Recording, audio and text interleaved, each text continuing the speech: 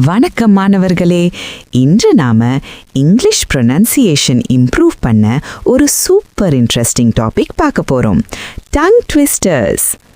Tongue ட்விஸ்டர்ஸ்னா என்னன்னா, நாக்கு சுலபமா சொல்ல முடியாத மாதிரி இருக்கும் சென்டென்சஸ்.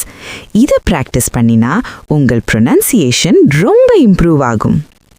முதலாவது, 6 slippery snails slid slowly seaward.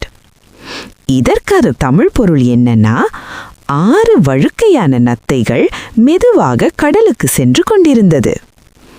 Pronunciation 6 slippery snails.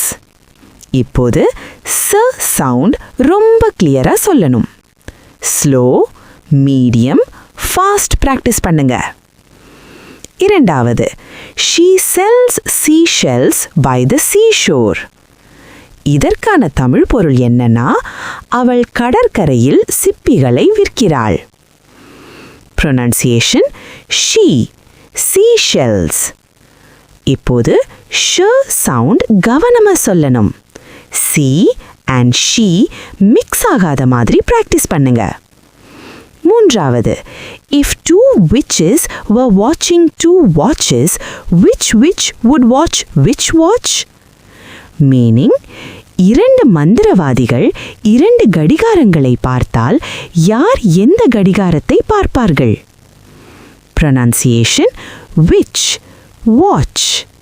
இப்போது இ அண்ட் அ சவுண்ட் வேறுபாடு கவனிக்கணும். நான்காவது, a happy hippo hopped and hiccuped. இதற்கான தமிழ் பொருள் என்னன்னா, ஒரு மகிழ்ச்சியான நீர் யானை குதித்து ஹிக்கப் வந்தது. இப்போது ஹ ஹ ஹ சவுண்ட் கிளியரா சொல்லணும். ஹெச் சவுண்ட் ஸ்ட்ராங்கா ப்ரொனவுன்ஸ் பண்ணணும். ஐந்தாவது